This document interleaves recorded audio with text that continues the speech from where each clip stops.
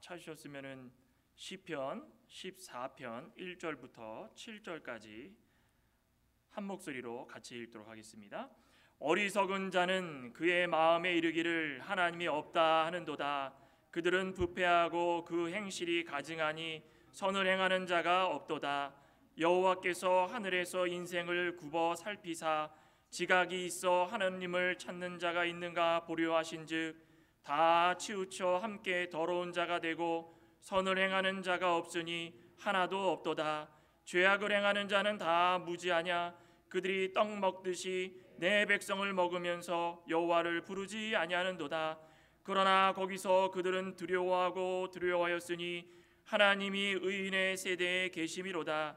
너희가 가난한 자의 계획을 부끄럽게 하나 오직 여호와는 그의 피난처가 되시도다. 이스라엘의 구원이 시온에서 나오기를 원하도다.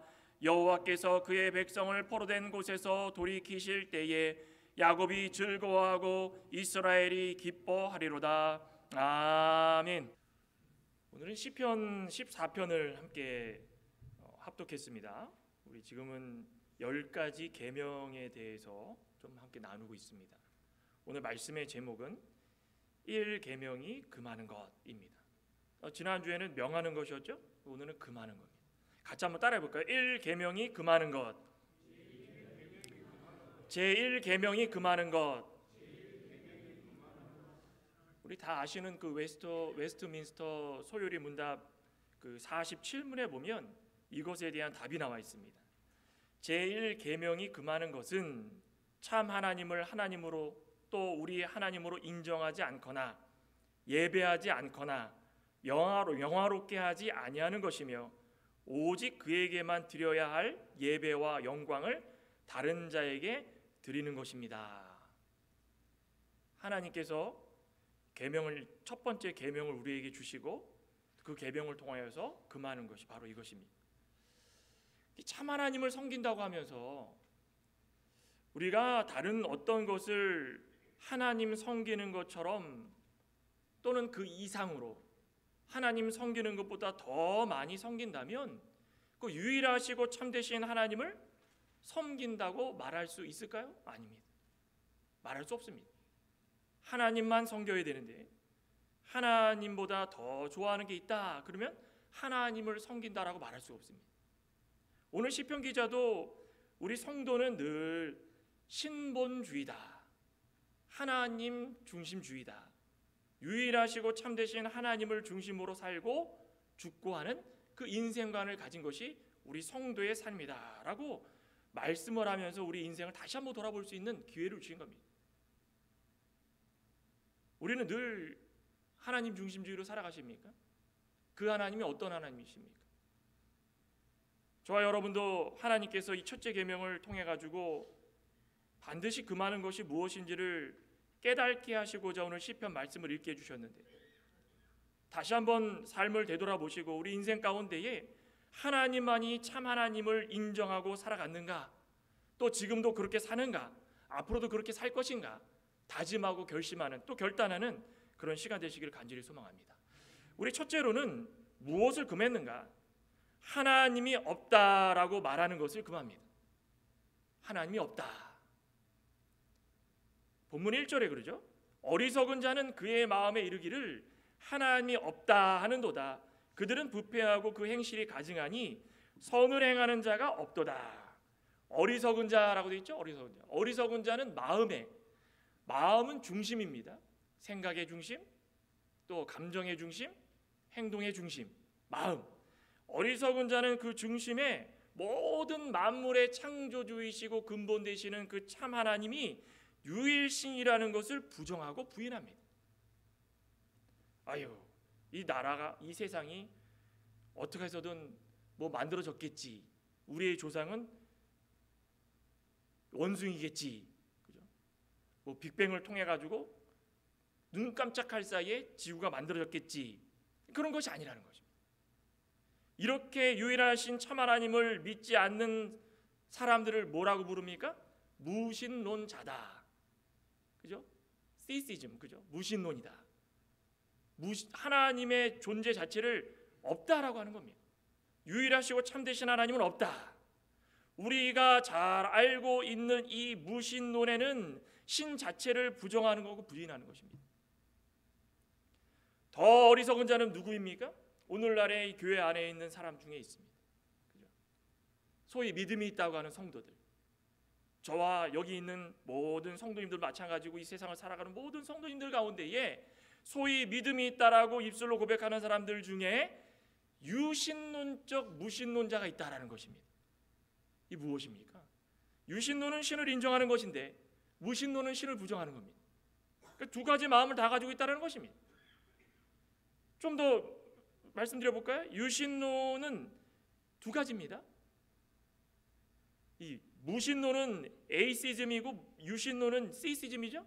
그 무신론은 신이 없다고 하는 거고 유신론은 신이 있다고 하는 건데, 이 신이 있다고 하는 사람들 중에는 두 가지 유형이 있습니다. 첫째는 일방적으로 소통하는 것입니다.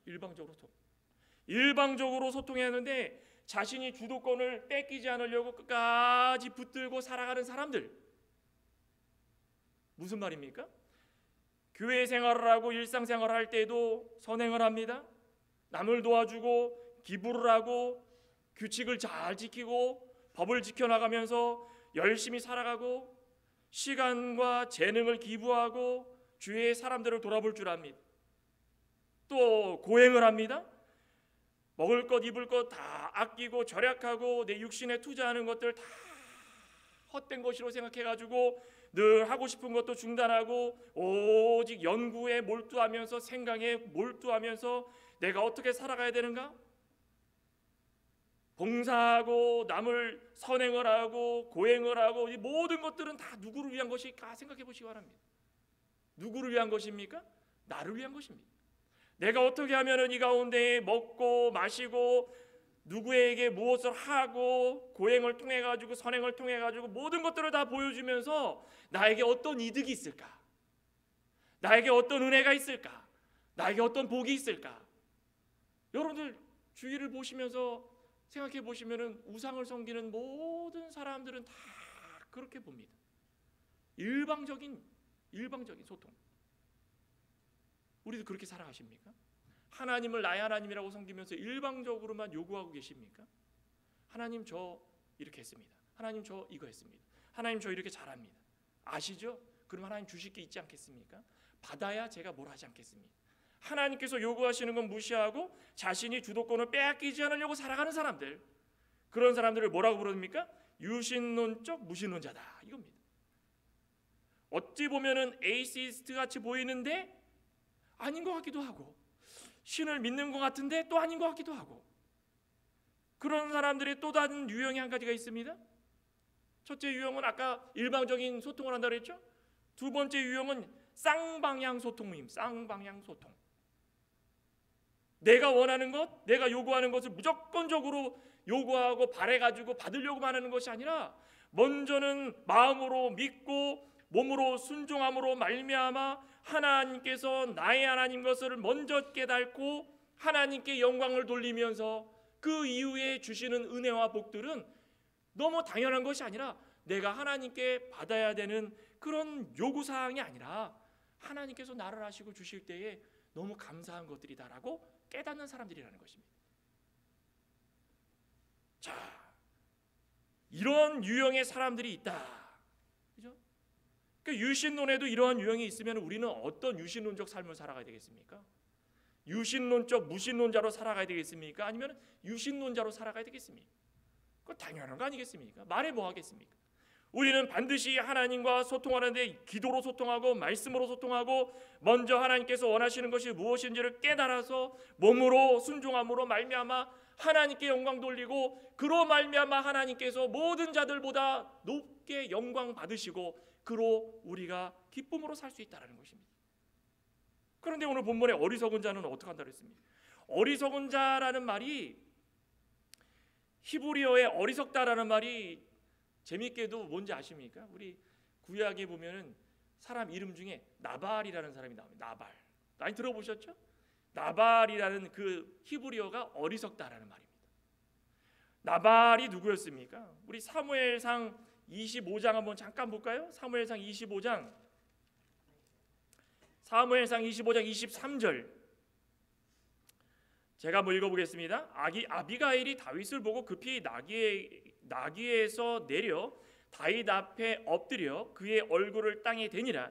그가 다윗의 발에 엎드려 이르되 내 주여 원하옵건대 이 죄악을 나 곧 내게로 돌리시고 여종에게 주의 귀에 말하게 하시고 이 여종의 말을 들으소서.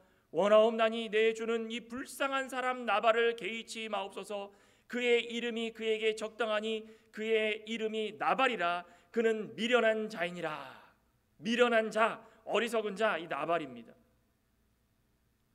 하나님께서 기름 부어 선택하신 다윗이 사울에게 쫓길 때에 그 일행과 함께 쫓기면서 배가 굶주렸을 때에 마침 이 나발의 소유에 있는 그곳의 영역에 들어갑니다. 그래서 다들 지켜줍니다. 양떼도 지켜주고 밭도 지켜주고. 그런데 그것을 알지 못하고 다윗이 사람들을 시켜가지고 다윗이 왔으니 영접 좀 하라. 나발이 어떡합니까? 다윗이 누구요? 이새의 아들은 또 누구요? 요즘은 자기 주인에게서 도망치는 종놈들이 많다던데 그 중에 한 사람 아닌가? 야, 어떻게 이렇게 얘기할 수 있겠습니까? 아주 수치스럽게 말했습니다. 그러니 25장 그 14절부터 쭉 종들이 이야기하는 것과 아비가일이 그 종들의 이야기를 듣고 한탄하면서 이야기하는 걸 들어보시면 거기에 그대로 나와 있습니다. 우리가 누구의 은혜를 받아가지고 이렇게 평안하게 있는데 다윗이 지켜주지 않았다면 이방 사람들이 와가지고 우리 것들을 다 빼앗아 가서 우리의 소유가 없어졌을 텐데 나발이 그걸 알지 못하고 어떻게 우리를 지켜준 사람한테 이렇게 대우할 수가 있는가? 그러면서 고백을 합니다. 어리석은 자는 바로 이런 사람들이라는 것입니다. 당장에 자기의 이득이 될 것을 계산해가지고 달면 삼키고 쓰면 뱉고 자기의 유익이 오면 받아들이고 유익이 없으면 단절하고 받아주지 않고 오늘 본문 가운데의 이 어리석은 자가 바로 그런 자라는 것입니다. 특징이 있죠? 우리 어리석은 자는 특징이 뭐라고 그럽니까? 1절에 다시 한번 보면 어리석은 자는 그의 마음에 이르기를 하나님이 없다는도다. 왜 하나님이 없다라고 그들은 입을 열어가지고 큰 소리로 고백을 할까요? 그들의 특징이 무엇입니까? 성품이? 그들은 부패하고 행실이 가증하고 선을 행하지 않는다라는 것입니다. 부패하다. 부패하면은 냄새가 납니다. 그죠? 부패하면 먹질 못합니다. 부패하면 버려야 됩니다. 부패하면 근처까지 가기도 싫습니다. 부패했다라는 것은 정상적이지 않다라는 것입니다. 우리 가운데에 어리석은 자가 있다라는 것은 정상적으로 행치 않고 남이 하기 싫은 일들만 골라서 하는 사람들입니다. 부패한 것들, 버리는 것들, 그거 주워 담아가지고 이것이 좋은 양 그것을 내 것이라 여기고 살아가는 자들이 어리석은 자. 그러니까 구분을 못한다는 것입니다. 어떤 게 바른 것인지를 구분을 못하는 것입니다. 이렇게 어리석은 자니까 하나님이 우리의 참 하나님이시고 유일하신 하나님인데도 불구하고 하나님이 없습니다라고 그렇게 고백을 한다는 것입니다. 또 어떤 특징이 있습니까? 선행을 행치 않습니다. 그죠? 당연히 남들이 싫어하는 일만 행하니까는 선행을 하겠습니까? 하나님을 찾지도 않을 망정 선한 일을 하지도 않습니다. 남들이 싫어하는 일만 골라서 해야 내 주장이 강해지고 내 생각이 올곧게 그들에게 꽂히게 되고 자존감이 높아지고 이런 사람들이 어리석은 자라는 것입니다. 하나님을 두려워할까요? 두려워하지 않을까요? 이런 사람들 하나님 두려워하겠습니까? 이런 사람들이 하나님을 두려워한다면 그 말이 잘못된 겁니다. 볼까요? 우리 로마서 3장 한번 볼까요? 로마서 3장 10절 9절부터 보겠습니다. 9절부터. 그러면 어떠하냐? 우리는 나으냐? 결코 아니라. 유대인이나 헬라인이나 다 죄 아래 있다 하고 우리가 이미 선언하였느니라. 기록된 바 의인은 없나니 하나도 없으며 깨닫는 자도 없고 하나님을 찾는 자도 없고 다 치우쳐 함께 무익하게 되고 선을 행하는 자도 없나니 하나도 없도다. 오늘 본문을 인용한 말씀이죠. 이렇게 살아가는 자들이 근본적으로 어떤 자들이라고 했습니까? 9절 마지막에 어떤 자들이라고 했습니까? 죄 아래 있는 자들. 죄 아래에 있다라는 건 무엇입니까? 하나님께서 태초에 천지를 창조하시고 사람을 만드시고 모든 것들을 주시고 하나님 형상대로 닮은 사람에게 다스리고 정복하라고 그랬는데 하나님께서 하지 말라고 하는 것만 쏙 뭐였습니까? 선악과 먹지 말라고 그랬는데 그게 보기도 좋고 먹기도 좋고 먹으면 하나님처럼 될 것 같아가지고 하나님이 하지 말라는 것만 쏙 한 겁니다. 그래서 부패하고 썩어져서 죄 아래 사는 인생이 되었다. 그러니 하나님을 알 수가 있겠습니까? 하나님 모릅니다. 예수님 모릅니다. 그들은 다 부패한 삶을 살아간다는 것입니다. 무익한 삶을 살아간다는 것입니다. 선이 웬 말입니까? 자기의 유익이 아니면 하지 않습니다. 이런 사람들이 바로 하나님을 부인하는 사람들입니다. 안타깝죠? 근데 살펴보면은 우리 주위에도 이런 모습으로 살아가는 사람 참 많습니다. 죄 아래 살아간다. 무슨 말입니까? 두 마음을 품는 것입니다. 두 마음. 나는 이미 예수님을 믿고 살아가는데, 나는 이미 예수님께서 우리 구세주 주신 것을 알고 살아가는데, 우리는 다시 육체의 부패성을 좋아가지고 육신의 정욕, 안목의 정욕, 이생의 자랑에 따라가지고 그것이 좋은 양 그것을 바라보고 살고 있으니 한 마음은 죄에서 예수 그리스도가 우리를 구속해 주셔서 이제는 해방되어서 예수님을 닮으려고 하는 것처럼 보이나 다른 한쪽은 육체의 부패성을 쫓아가며 죄 아래 살고 있다는 것입니다. 두 마음 품은 자, 두 마음 품은 자. 이런 사람들을 뭐라고 그럽니까? 어리석은 자다. 어리석은 자다. 저와 여러분들은 어리석은 자가 되지 않기를 소망합니다. 어리석은 자가 되면 하나님을 부인하는 자가 되는 것입니다. 우리 역대하 16장에 보면은 유다의 3대 왕이었던 아사왕이 나옵니다. 아사왕이 참 안타까운 것이 이 유다의 왕들은 뭐 악한 왕이 그다지 없었습니다. 그러니까 조금 어리숙해가지고 잘하다가도 그냥 있는 거 없는 거 다 간쓸게 빼줘가지고 그렇게 하나님께 징계를 받는 거지 그렇게 악을 행한 사람들은 또 없었습니다. 그냥 아사왕도 그 중에 한 명입니다. 구수왕이 100만 대군을 데리고 하나님 쳐들어왔을 때에 아사왕이 구수의 이 100만 대군을 보면서 무슨 생각을 했을까요? 나는 하나님을 믿고 하나님을 의지하는 사람이니까 나는 이길 수 있겠다라고 생각했습니까? 하나님을 믿고 의지하고 대승을 거둘 것이다라고 다 생각하고 그렇게 다 모든 것을 이끌고 그렇게 살아갔습니까? 그렇습니다. 처음에는 그랬다라는 것입니다. 그러면 그 마음이 다 변치 말고 끝까지 가야 되는 거 아니겠습니까? 그런데 이스라엘의 왕 바사가 쳐들어올 때는 어떻게 합니까? 어떻게 했습니까? 구수의 그 100만 대군이 왔을 때의 마음은 온데간데 없습니다. 처음의 사랑과 처음의 행함과 처음의 믿음이 그대로 유지가 됐다면 참 좋은 텐데 마음속에서 하나님을 믿고 하나님을 의지했던 게 그대로 한 마음으로 갔으면 참 좋았을 텐데 마음에 두 마음이 생기기 시작한 겁니다. 바사 이스라엘의 왕을 보니까 이거 어떡하지?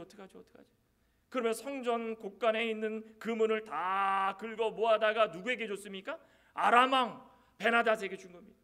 나 좀 도와주십시오.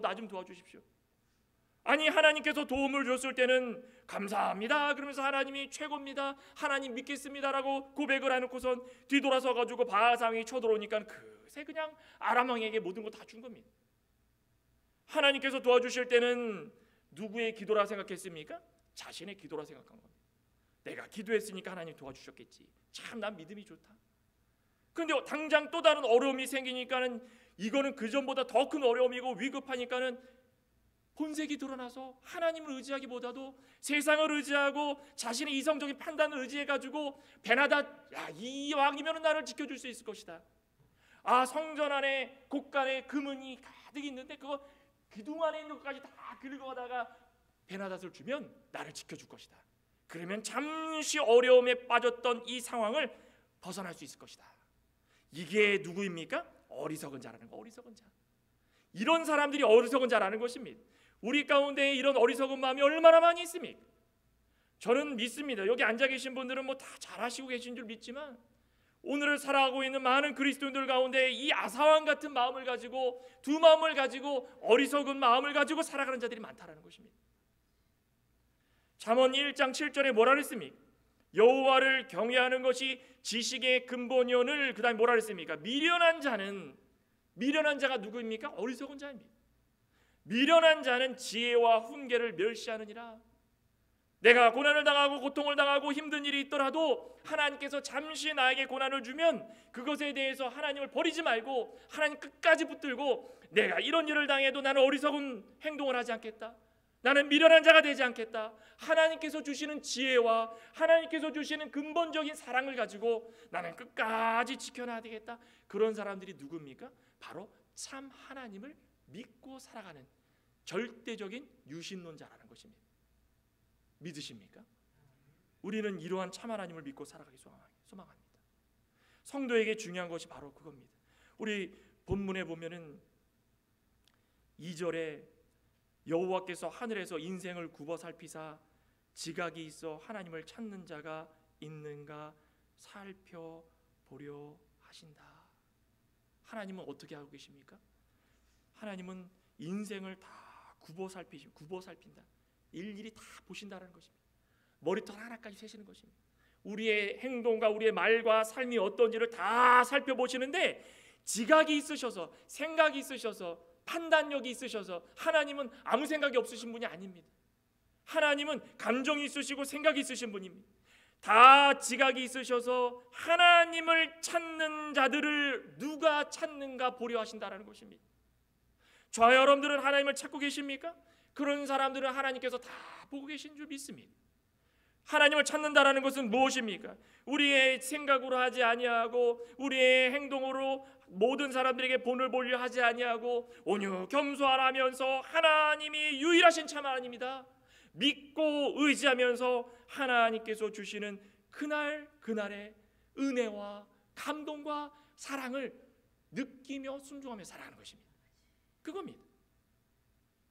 본문 3절에 뭐라 그랬습니까? 다 치우쳐 함께 더러운 자가 되고 선을 행하는 자가 없으니 하나도 없다. 하나님 지켜보고 계시는데 이런 자들 투성이라는 것입니다. 얼마나 안타깝겠습니까? 하나님께서 하늘 보좌에서 인생을 굽어 살피시면서 지각이 있으셔서 어느 나라의 미국 땅의 이 드넓은 땅에 둘루스라는 곳에 창광교회를 세워주시고 그 안에 성도들을 불러주시는데 누구 집사님 누구 성도님들 다 모여가지고 예배를 드린다. 내가 일주일간 어떻게 살아갔는지도 다 봤는데 야 마음이 한 마음이었는가 두 마음이었는가 다 지켜보면서 야 그렇지 창광교회 성도들은 이런 성도들이 참 성도다. 하나님이 기뻐하시는 것이 우리가 얼마나 감사한 일이겠습니까? 그런데 봤더니 다 치우쳐가지고 함께, 그것도 혼자 하는 것도 아닙니다. 끼리끼리 유유상종이라고, 그죠? 더러운 자들은 더러운 자들끼리 모여가지고 함께 모여가지고 선을 행하지 아니하고 하나님 없다고 그러고 무신론자들과 모여가지고 유신론적 무신론자로서 살아가고 있다는 것입니다. 참 이런 삶이 우리에게는 있어서는 안 된다는 것. 그게 1계명에서 금하는 것이 바로 그겁니다. 저와 여러분들은 그런 삶을 살지 않으시기를 소망합니다. 잘하고 계신 줄 믿습니다. 두 번째로는 무엇입니까? 무엇을 금하고 있습니까? 하나님을 경배의 대상으로 삼지 않는다. 이거 금해야 되는 것입니다. 유일하신 참 하나님이라고 믿었다면 이제는 하나님을 경배의 대상으로 삼으라는 것입니다. 죄악을 행하는 자는 어리석은 자입니다. 오늘 본문 4절에 그러죠? 죄악을 행하는 자, 어리석은 자입니다. 그런 사람들은 다 누구입니까? 무지하다. 무지. 지식이 없다라는 것, 생각이 없다라는 것입니다. 지혜가 없다라는 것입니다. 우리 이 시편 기자가 몰라서 그랬을까요? 지금 여기 보면은 영어 성경에는 퀘스천으로 되어 있습니다. 죄악을 행하는 자는 다 무지하냐? 이렇게 물어봅니다. 반문합니다. 이게 몰라서 그랬을까요? 무지하다라는 것입니다. 이미 앞에서 뭐라 그랬습니까? 마음이 부패하고 행실이 흉측하고 더럽고 주려고 하지 않고 빼앗으려고 하고 또 하나님을 없다 하고 이런 사람들이 어떻게 무지하지 않겠습니까? 주변 사람들을 마치 자신의 것양 다 빼앗으려고만 하고, 그죠? 볼까요? 우리 3절 4절 다시 한번 보겠습니다. 다 치우쳐 함께 더러운 자가 되고 선을 행하는 자가 없으니 하나도 없도다. 죄악을 행하는 자는 다 무지하냐? 그들이 떡 먹듯이 내 백성을 먹으면서 여호와를 부르지 아니하도다. 무지한 게 어떻게 드러났습니까? 더러운 자들은 선을 행하지 않는 것뿐만 아니라 무지한데 떡 먹듯이 백성들을 먹은다. 무슨 뜻입니까? 자기의 유익을 위해 가지고 자신의 욕구를 만족시키기 위해 가지고 빼앗는 겁니다. 다 떡 먹듯이. 떡 어떻게 먹습니까? 한번 조금 깨물고 그냥 나 못 먹겠어 이러십니까? 우리 한국 분들 떡 좋아하시죠? 떡 싸놓으면 그냥 어휴 맛있다 맛있다 그러지 않습니까? 하나 먹고 또 먹고 또 하나 먹고 또 먹고 꿀떡 얼마나 맛있습니까? 세상에서 무지함으로 살아가는 사람들은 이 떡 먹듯이 자기의 욕심을 채우려고 백성들을 다 먹듯이 자기가 행동하는 것입니다. 그러면서 마지막 뭐라 그럽니까? 여호와를 부르지도 않습니다. 당연히 여호와 하나님께서 없다고 전자에 깔아놨으니까는 그들 가운데 하나님이라는 것 자체가 없다라는, 하나님이라는 것 자체가. 이런 당장에 자신들이 이 피부에 좀 와닿고 뭐 느껴져야 경배를 하고 추구하고 바라는 것이 요구가 이루어지는 것처럼 이 세상 사람들이 그렇게 살아갑니다. 우리 이런 거 보면은 우리 요즘에 일어나고 있는 이 정치권에서도 참 많지 않습니까?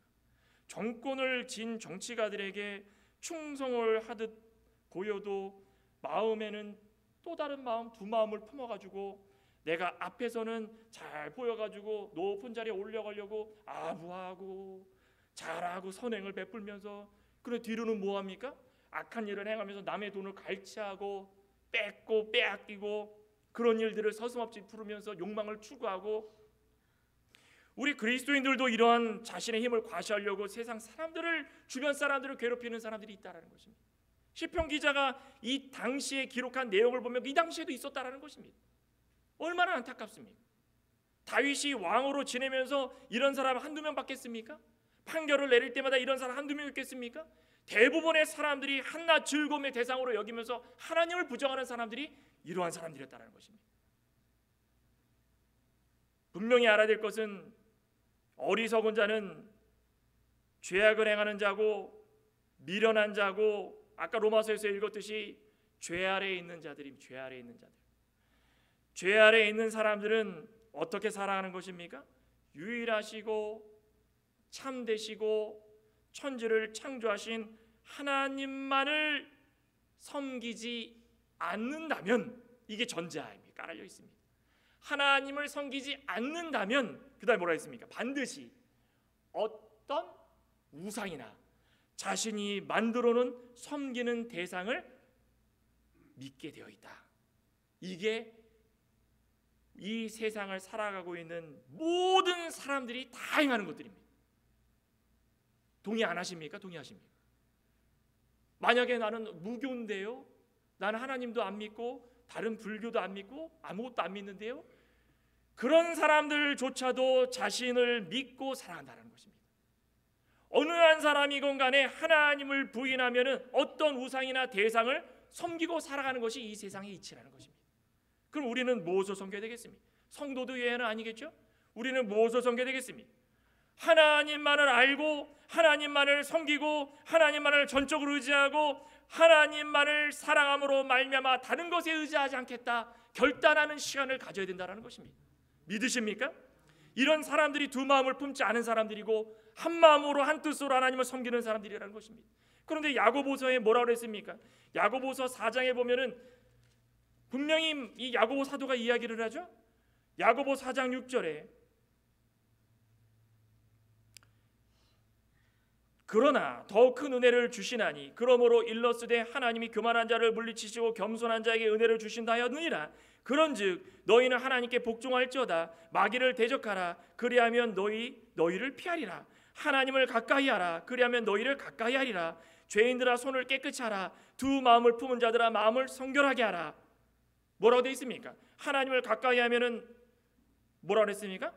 죄를 멀리하고, 죄를 가까이 하면, 마귀를 가까이 하면 하나님을 멀리하게 될 것이고, 하나님께 복종하면 마귀를 대적하게 될 것이고, 교만하면 겸손을 멀리하게 될 것이고, 겸손하면 교만을 멀리하게 될 것이고, 한 마음을 품어라. 한 마음을 품고 살아가는 것이 바로 그것입니다. 이런 한 마음을 품고 살아가는 사람들은 우리의 경배의 대상이 누구인지를 명확하게 할 수 있다는 것입니다. 경배가 무엇입니까? 예배입니다. 예배. 하나님을 유일하신 참 하나님으로 믿고 살아간다면 우리가 바른 마음을 가지고 한 마음을 가지고 경배의 대상이 누구인지를 알 수 있다는 것입니다. 예배의 대상이 누구인지를 알 수 있다는 것입니다. 예배의 대상이 누구입니까? 하나님이십니다. 믿으십니까? 우리가 하나님께 나올 때마다 사랑하는 자녀들에게 허락하신 이 귀한 시간에 마음과 뜻과 정성을 다해 가지고 하나님을 찬양하고 하나님 귀 기울이고 하나님의 뜻에 살려고 다짐할 수 있는 이 시간이 예배의 시간이라는 것입니다.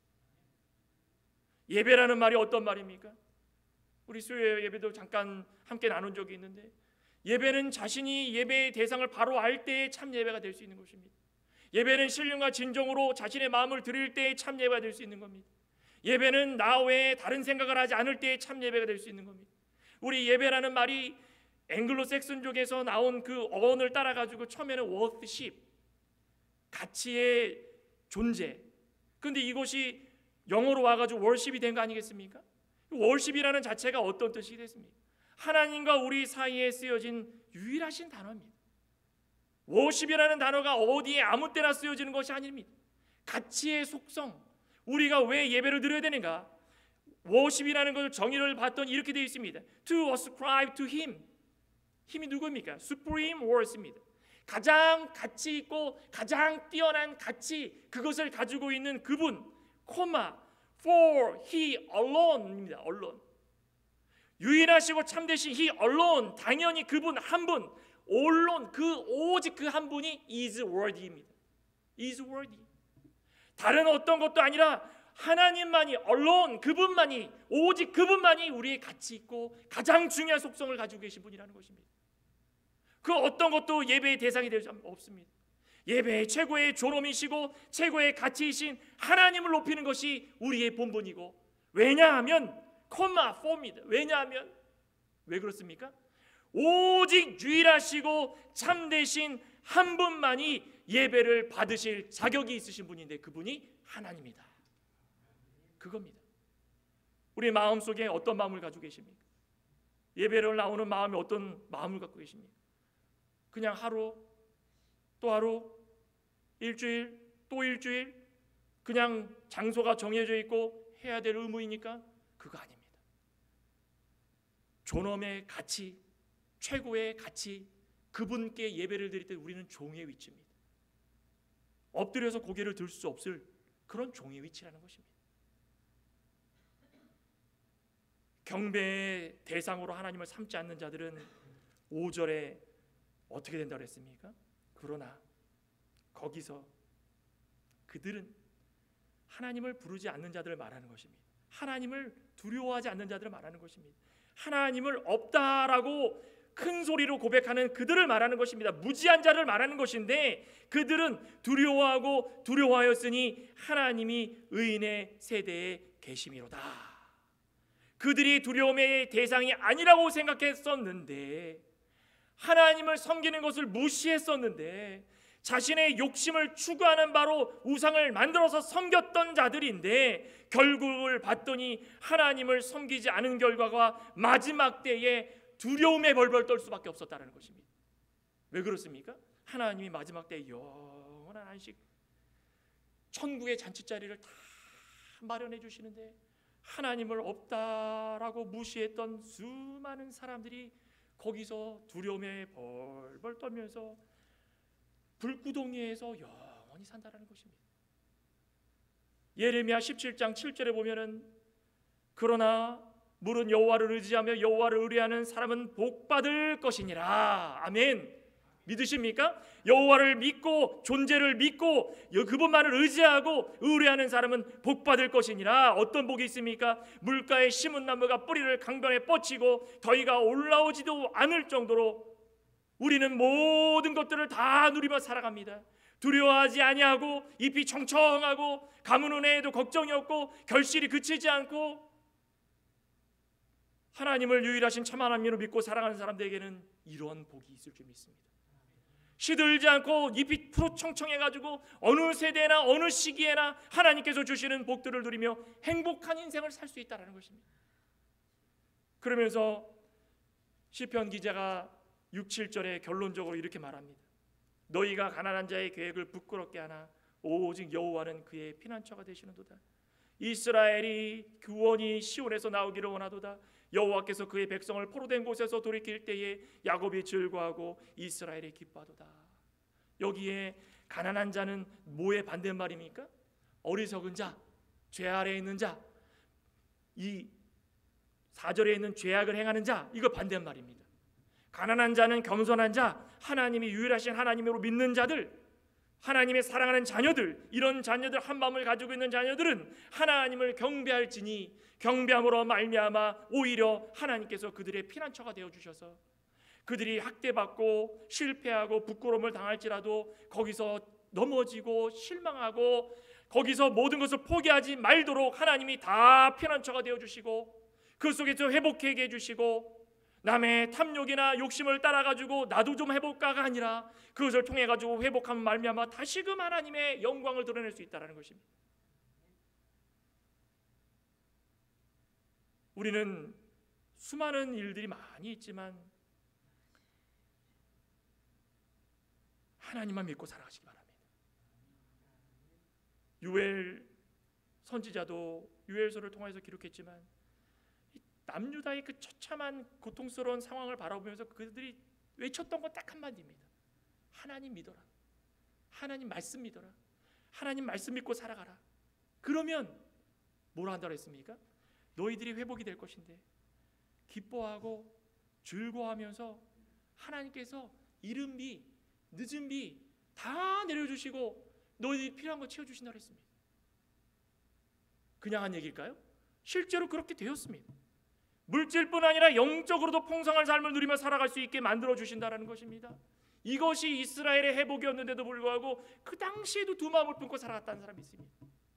남유다 백성들인데도 불구하고 우리는 구원은 오직 하나님에게만 있고 모든 시작도 하나님이시고 모든 끝도 하나님이시고 세상 만사 무한한 우상들이 있을지라도 유일하시고 참되신 하나님은 한 분 하나님뿐이시고 그분만을 믿고 예배하고 즐거워하고 살아갈 수 있는 참되고 하나님께서 기쁨을 통하여서 우리에게 인생을 잘 이끌어 주실 때마다 그 피난처를 의지하는 우리 모든 성도 되시기를 간절히 소망합니다.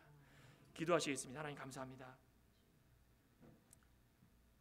우리는 한 분 하나님만을 믿고 살아가는 지혜롭고 심령이 가난한 자가 되길 소망합니다.